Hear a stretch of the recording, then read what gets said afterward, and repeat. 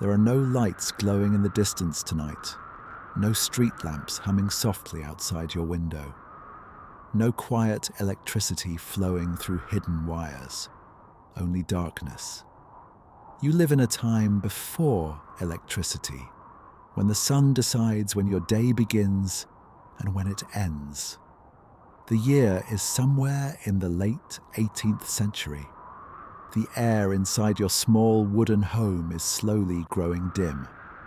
The last light of the sun has just slipped beyond the horizon, leaving behind a faint blue glow that will not last long. You do not reach for a switch. There is no switch. Instead, you move toward the table where a candle rests, waiting.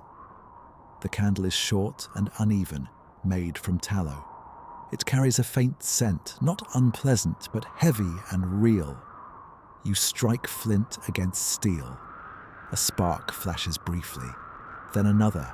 Finally, the wick catches and a small flame rises. The room changes instantly. Shadows leap against the walls. Corners shrink into darkness. The ceiling feels lower. The space feels smaller. Electric light does not flicker, but flame does.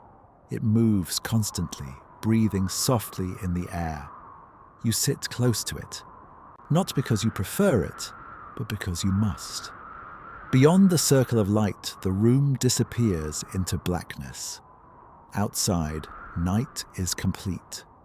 There are no distant buildings glowing faintly, no traffic lights blinking red in the distance, no electric hum filling the silence, only wind brushing against wooden walls, only the occasional creak as the house settles, only your breathing. Living before electricity means living by rhythm. When the sun rises, you rise. When the sun falls, your world narrows. Morning begins slowly in this life. There is no alarm clock to pull you from sleep. Instead, pale grey light seeps through your window. Birds begin to sing before the sky fully brightens. You wake gradually. Your body has learned the pattern. You sit up and feel the cool air on your skin. You dress quickly because daylight is precious. Work must be done while the sun is high. There are animals to feed, wood to chop, water to carry, tools to repair, food to prepare. None of it happens with the press of a button. Everything requires effort. If grain must be ground, it is done by hand. If water is needed, it must be carried from a well. If heat is required, wood must be split and stacked long before winter arrives. There is no refrigerator humming quietly in the corner.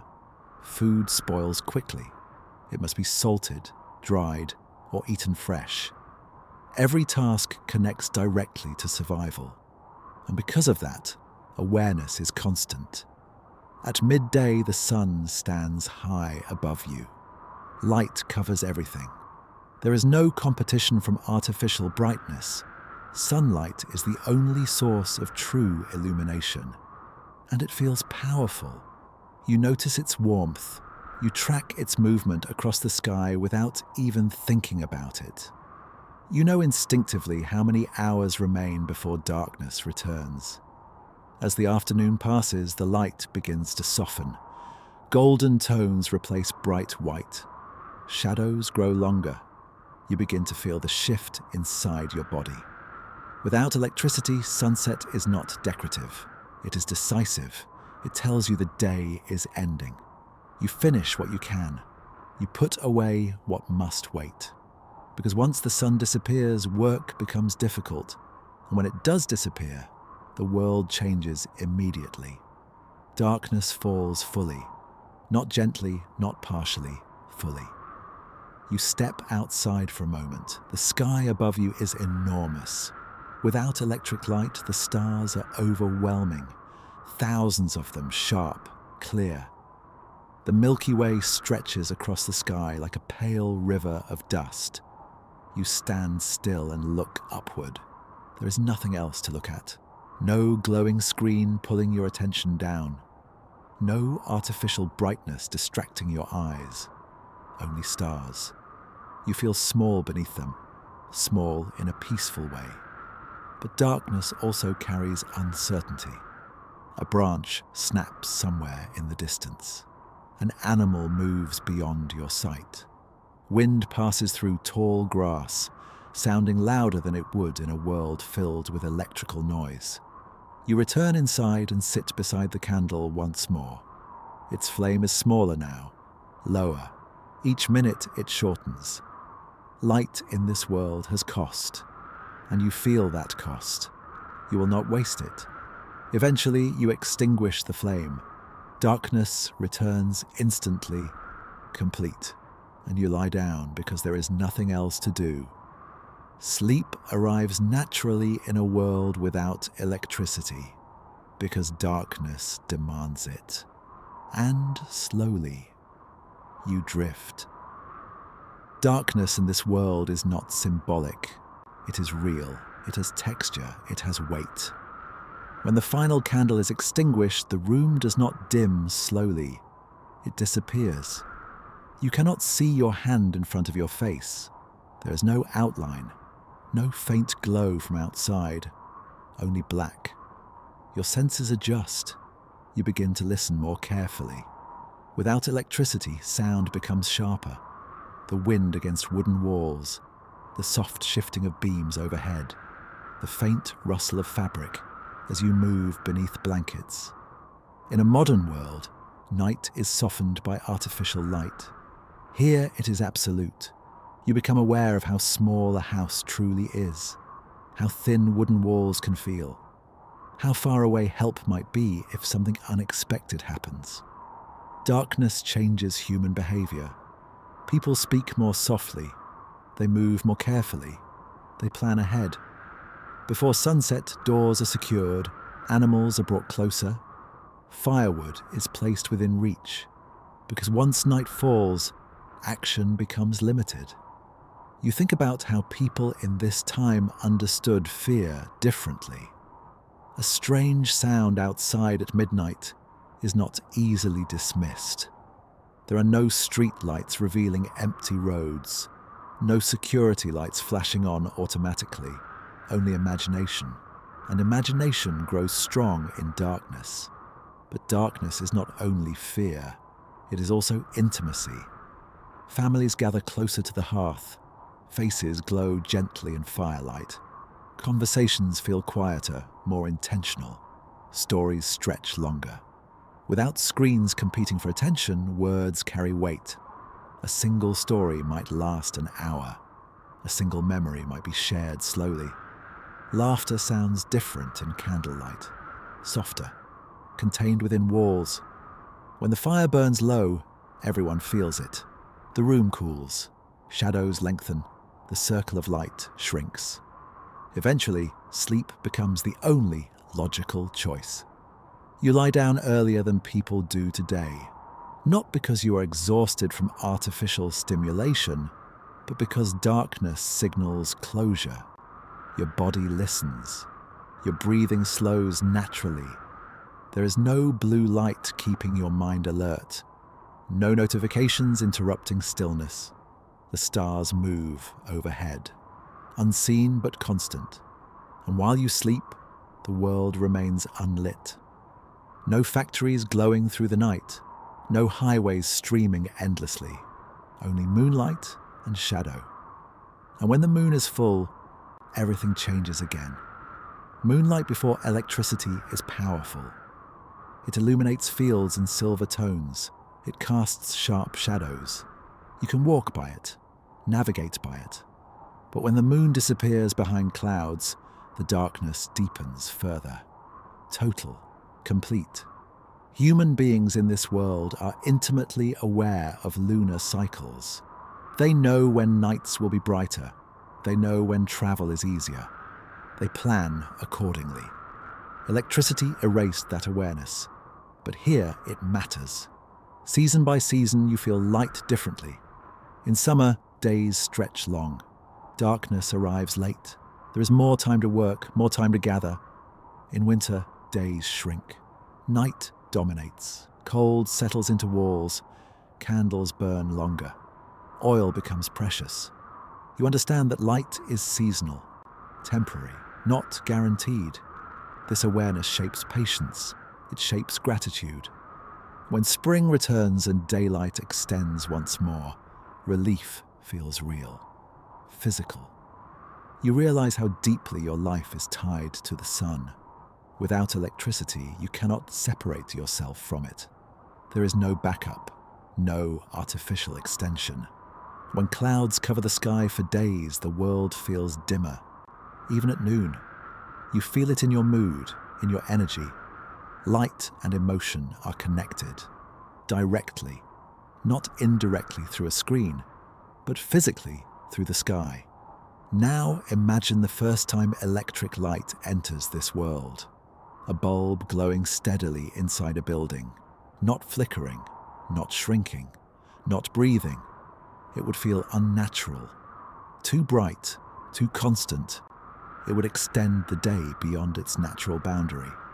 People would begin staying awake later, working longer, gathering after dark. Slowly, rhythm would change. Sleep would shorten. Silence would weaken. Darkness would retreat. Before electricity, limits were unavoidable. After electricity, limits became optional. And when limits become optional, they are often ignored. But in this earlier world, restraint is built in. You cannot overextend the night. You cannot ignore sunset. You cannot pretend darkness is not there. And so you adapt. You learn to rest when darkness arrives. You learn to rise when light returns. Your body aligns with something older than technology, older than invention, older than wires and grids. You align with sunrise, with sunset, with stars, with moon. And there is something deeply calming in that alignment. As you lie beneath thick blankets, listening to wind move beyond your walls, you realize something simple. Life without electricity is slower, but it is not empty. It is deliberate, measured by light, defined by shadow. And tonight, as darkness surrounds you fully, you understand what it meant to live in a world where light had to be earned, and darkness was real, and sleep was natural, and the stars were bright enough to guide you home.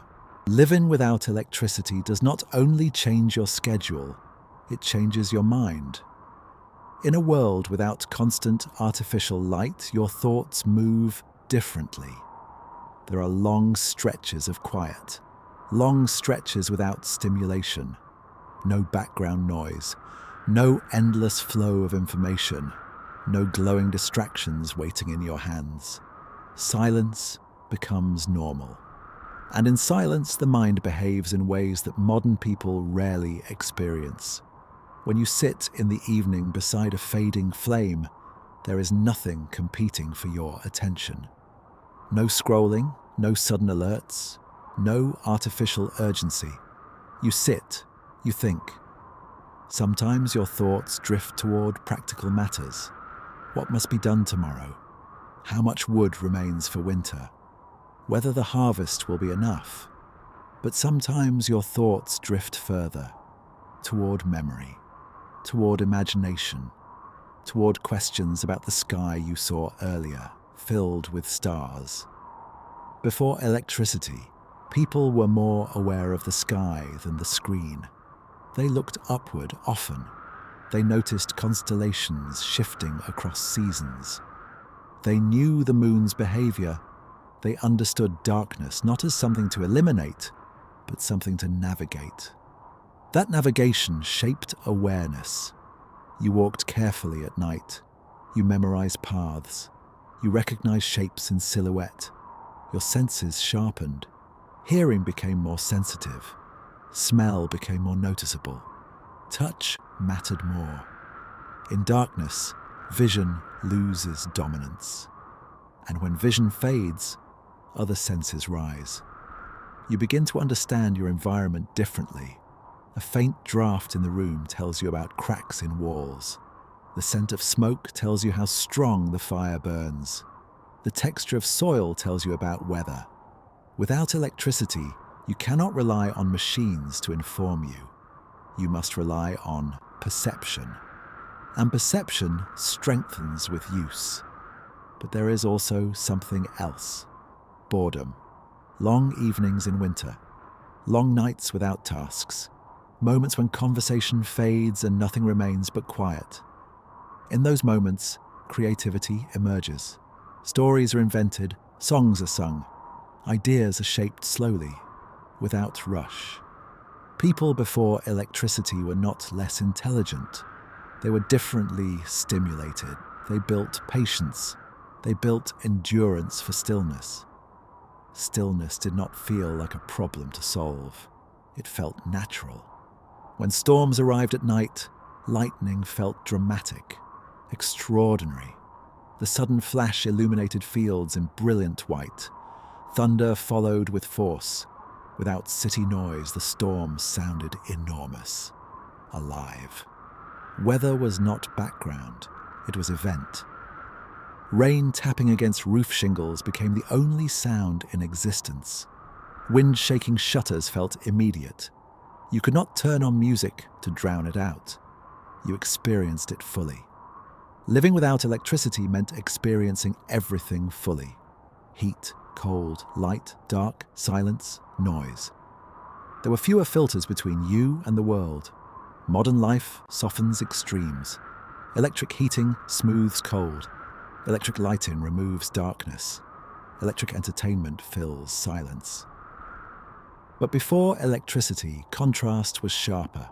Summer days were intensely bright. Winter nights deeply dark. Autumn evenings heavy with early dusk. Spring mornings luminous with returning light. Your mood followed seasons closely. You did not ignore them. You lived inside them. And sleep itself was different. You did not fight sleep. You did not lie awake under artificial light.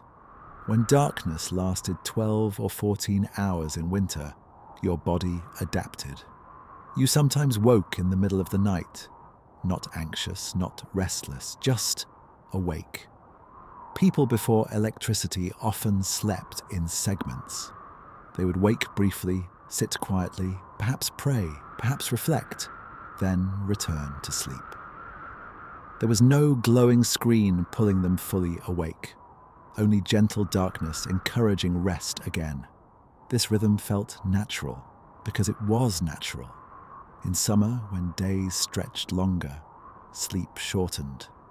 Your body responded to light automatically. Without electricity, you could not override sunrise easily. You could not hide from it behind thick curtains and artificial glow. Morning entered your life whether you were ready or not. And over time, you stopped resisting. You aligned. There is something profoundly grounding about alignment, about wake. Now the night is complete. No faint glow on the horizon. No distant hum in the air. Only darkness stretching quietly across the land. You sit beside the final candle of the evening. Its flame is smaller now, lower, softer. It bends gently with the air. You watch it without hurry. Because in a world without electricity, watching a flame is not wasting time. It is simply being present. The light flickers against wooden walls. Shadows shift slowly. You notice how fragile illumination truly is. How small one flame can feel against the vastness of night. And yet, how powerful it seems inside a quiet room. This is how light once felt. Precious, temporary, earned. Outside, the sky is vast and unbroken. Stars burn steadily overhead. No city glow dims them. No artificial brightness competes. The Milky Way stretches across the darkness like a river of dust. If you step outside for one final breath of night air, the silence feels immense. There are no engines, no distant sirens, no glowing windows stacked high into the sky. Only wind brushing gently across open fields. Only insects singing softly. Only the quiet movement of the world turning beneath the stars. You look upward, and you feel small, but not insignificant. Just connected. connected to something older than invention, older than wires, older than grids of power stretching across continents. Before electricity, the night belonged to the sky, and the sky belonged to everyone. You return inside. The candle burns lower still. Its pool of melted wax deepens. The wick glows faintly red at its base. Soon it will extinguish itself, and when it does, darkness will return fully. But you are not afraid of that darkness. You understand it. You have lived inside it your entire life. Darkness is not the enemy here. It is simply the other half of the day. You lie down slowly. The air feels cool, the blankets feel heavy, comforting. You close your eyes before the candle dies completely. You do not need to watch the final moment. You can feel it. The room dims, the light thins, and then it disappears. Complete blackness. Outside, the stars remain. Inside, your breathing slows. There are no glowing numbers, no blinking indicators, no silent electricity humming through hidden walls. Only stillness. Your body relaxes fully, because nothing demands your attention. Nothing flashes, nothing vibrates, nothing interrupts. Darkness surrounds you like a quiet blanket. The world beyond your walls rests too. Fields unmoving, trees standing silent, animals curled into sleep, the sky slowly turning above.